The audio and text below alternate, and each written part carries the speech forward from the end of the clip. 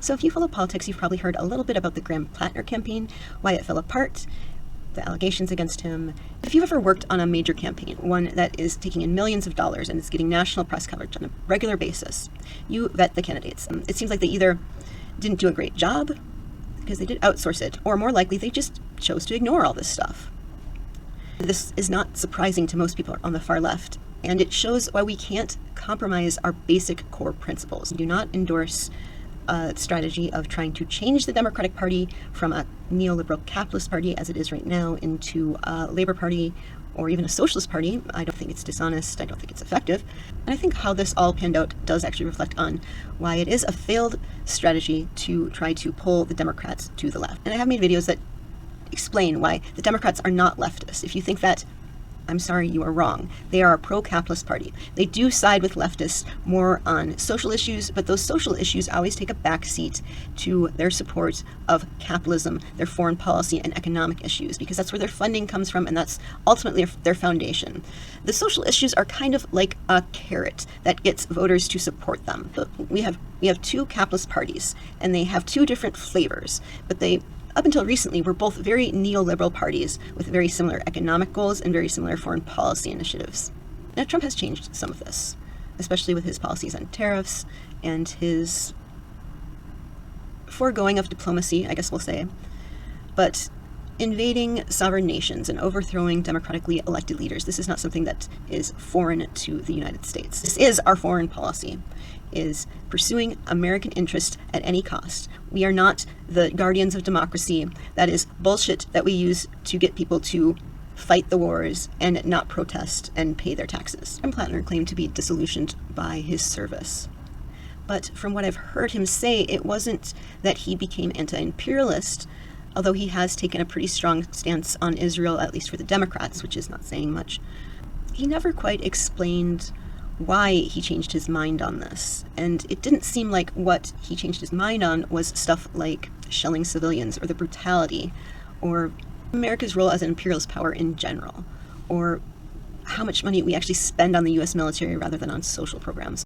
And this is by design. One reason we haven't developed a robust social safety net, one reason we don't have free education or universal health care is because we need poverty. We need to motivate people to go and fight these wars for us. We need to compel the poor to do this. Otherwise, no one would do it. People generally don't like to go kill other people for no good reason, or at least no good reason for them. It does obviously benefit the very wealthy and powerful, but not the average American and not America as a nation. These wars are not preserving our democracy. They're not ensuring our safety whatsoever. They are actually ensuring we have forever enemies and destabilizing the world in many ways. Our invasion of Iraq was ultimately what led to the formation of ISIS. As I understand it, Platner was not so much disillusioned with American foreign policy in general, but that specific war. And how first we were in Iraq because of, I think it was weapons of mass destruction, and then it was 9/11, and then it was regime change because he wanted to get rid of Saddam, and then it was to free the Iraqis and deliver democracy. I might have gotten the order of that wrong, and there might have been a couple other reasons they gave, but it kept changing as we found out they didn't have weapons of mass destruction. Well, they had to move the goalpost, and that's what it seems like his problem was. And that's true for a lot of the defenses I've heard of him.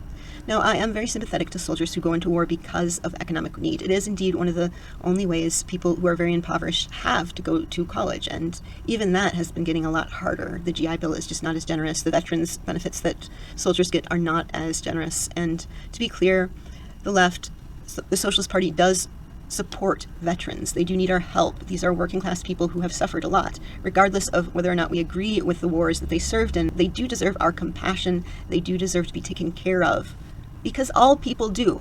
And that's the second thing, is that the Democrats claim to be the party of Me Too, but you see it barefaced that whether or not they believe a victim is whether they meet certain criteria. And when people say believe women, or rather believe people who are victims, they're not saying that you must believe that so-and-so did this and that to this person. But what it is saying is that you must believe that these allegations are plausible. You don't automatically assume that the person is lying.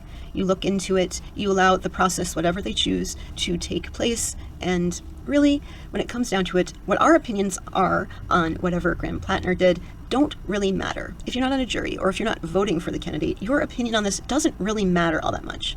And I'm not saying that public opinion doesn't matter, because it does. But honestly, if the charges that Me Too has been accusing innocent, white, straight men who are rich and powerful and famous, and they are innocent and they have lost everything. They've served prison time. They've lost their fortune. They lost their career because of the accusations. Who has this happened to that was innocent? Who has this happened to where their crimes or indiscretions were so mild that the response was completely absurd? How much prison time did they serve? How much money did they lose? Because the way I remember it is most of the people, especially originally, that were charged under the Me Too movement, people like Harvey Weinstein, were pretty guilty. And he's not in prison. He might have lost money, but I think he's still working. He certainly didn't have his career completely destroyed. So who is it that has been unfairly targeted and has lost everything as a result of Me Too? Whereas the accusers were dragged through the mud. They had their lives ruined over this. This is what they're going to be known for the rest of their lives. They got threats. They were dragged by the press. They are automatically labeled as liars and many other things.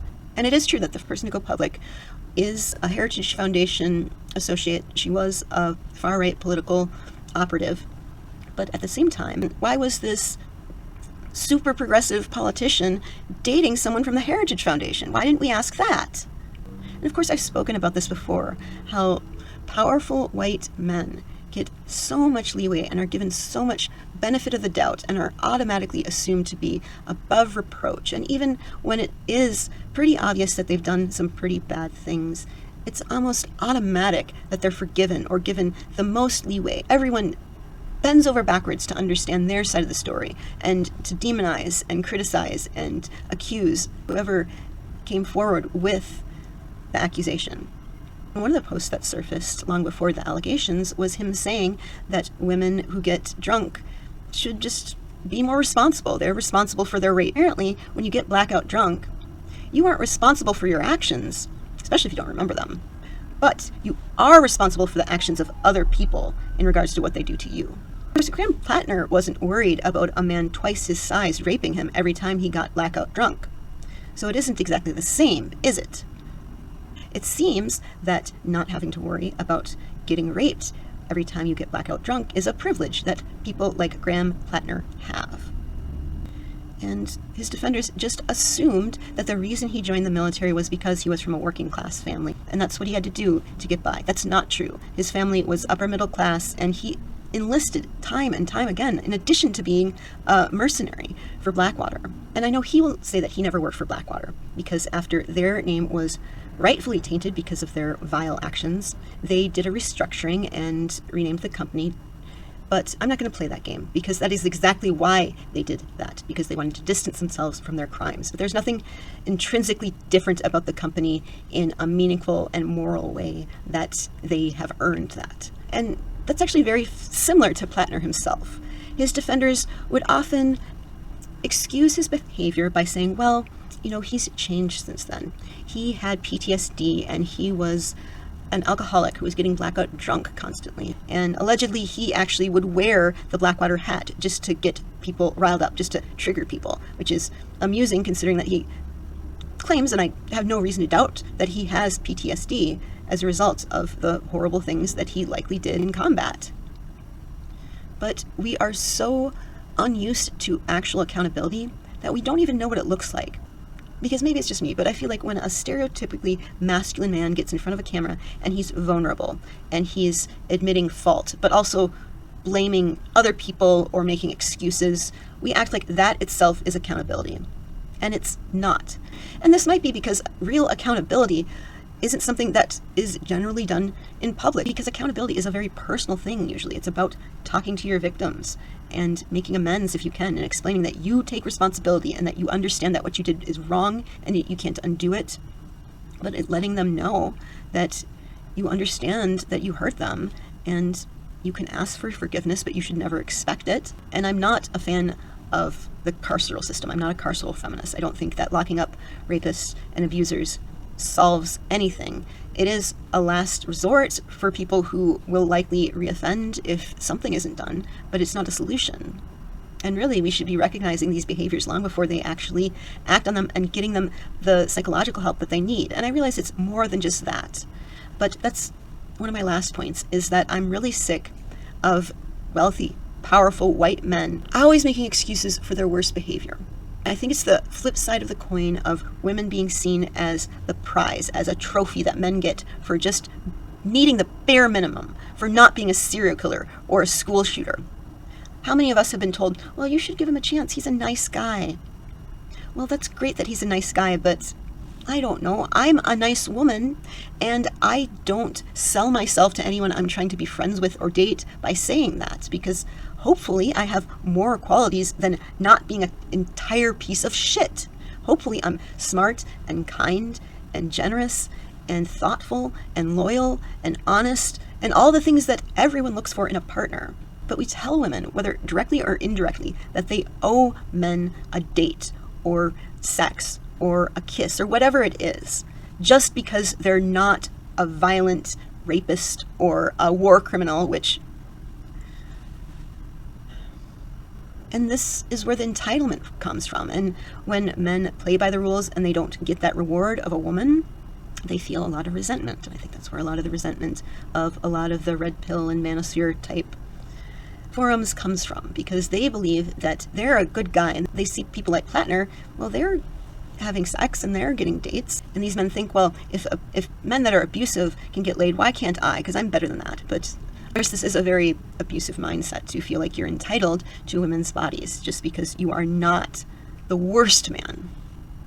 And it's in line with this idea that men are women's protectors, which I think one topic that isn't covered is how very misandrist this is, how it paints men as the default being that they just rape women. I mean, if you look at Platner's comments about when he's blaming victims of rape, he's assuming that that's what men are going to do. If you go out, you should just expect them to rape you, because that's how men are.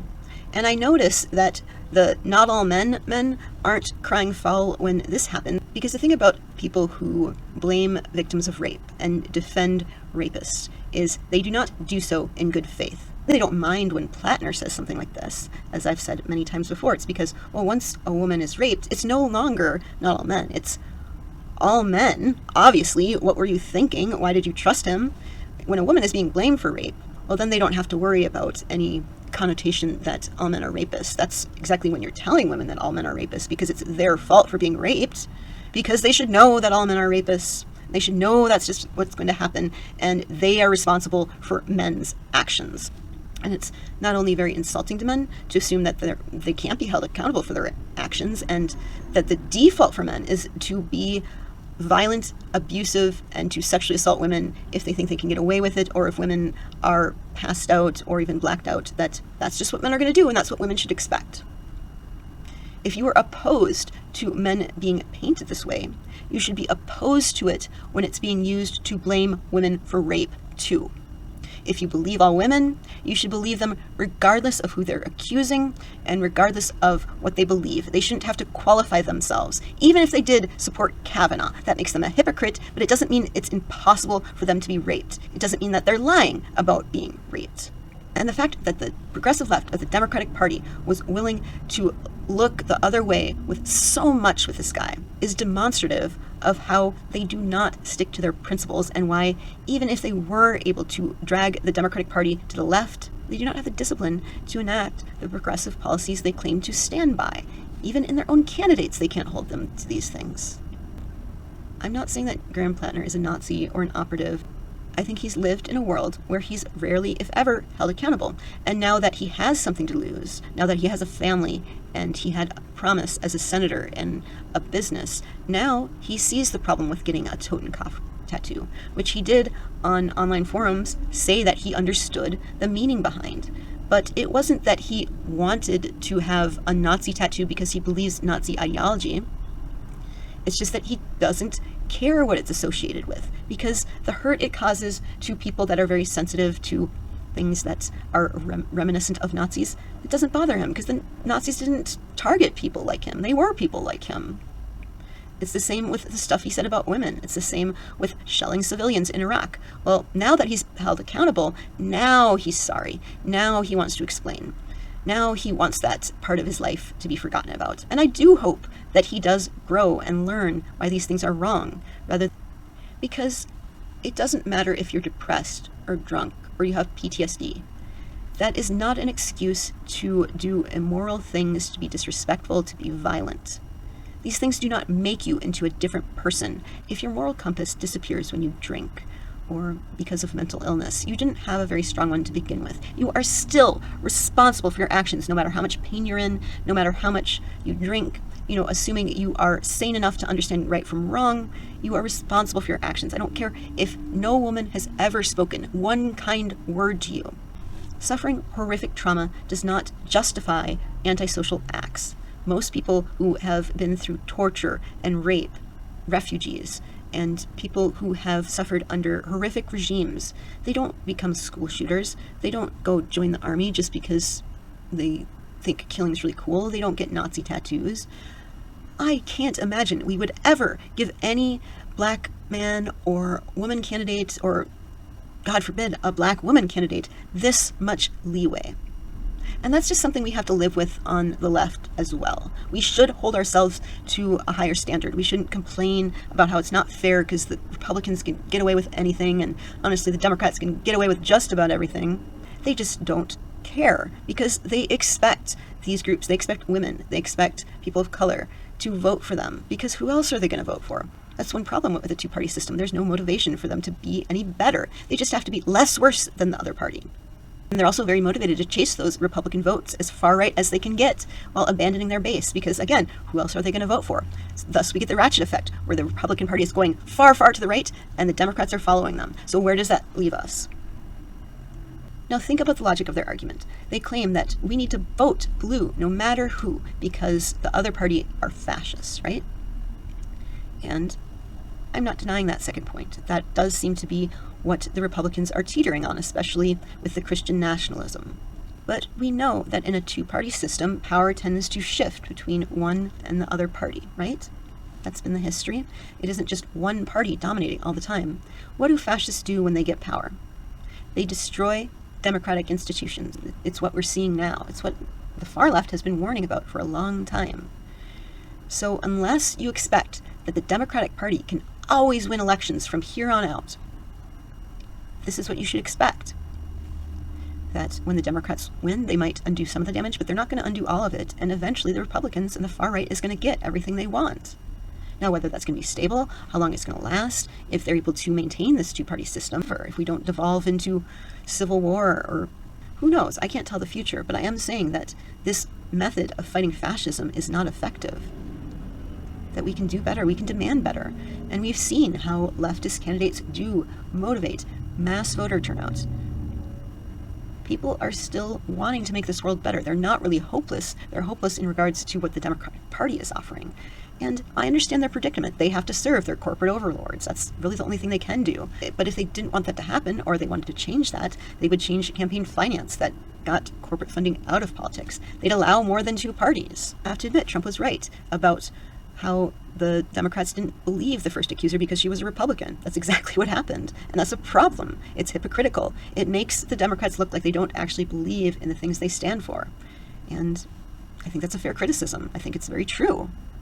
And I'm not going to let the far left off the hook completely either. I think it's easy for us to wag our fingers because so often we are on the right side of history, because generally being on the side of the disempowered and disenfranchised is going to be the right side of history. But because we so often get this right just by the Democrats and the Republicans so often being wrong, that doesn't mean that we're uniquely enlightened and that we don't have our own problems. And I don't think it's safe for us to say that, oh, well, if this was our party, it wouldn't have happened this way. I'm certain that the left is perfectly capable of exceeding horrible behavior when it's one of ours. And I talked about this a lot in the Si Se Puede video about Cesar Chavez and Dolores Huerta. And it really just seems like it's deja vu all over again, except this time it's people to my right, but it's all the same arguments, that they should just be quiet for the sake of the politics, for the sake of defeating the Republicans. Even the accuser herself said she didn't want to come forward because of this. And if you don't understand why these should be deal breakers for a candidate, I mean, if this is the guy that's going to fight for your rights, if you are a victim of sexual assault and you expect him to fight for women's equality, that's a lot of trust for someone who has proven that he doesn't deserve it. And this is something we have to reckon with, especially on the far left, that we're asking groups that have been consistently forgotten about and screwed over by political parties that pander to their liberation, that promise them things, but rarely, if ever, actually deliver on these things. It's often their lowest priority because they know that these are dedicated voting blocks that they don't have to worry about convincing. It's always the centrist Republican or the swing voter that they're worried about wooing. So we have a tough road ahead of us because we have to convince groups of people who have been failed by the political system to trust us when we don't even have institutional power. But this is why intersectional socialist feminism is so important. We can't leave other people behind. It drastically diminishes the trust that working people will have in us. It's also just wrong, but it's also strategically erroneous. Anyway, in closing, I wanted to say the National Organizing Convention for the Socialist Party is coming up at the end of July, and I'm going to be there. I'm going to be talking about some of this stuff, so I hope you can join us.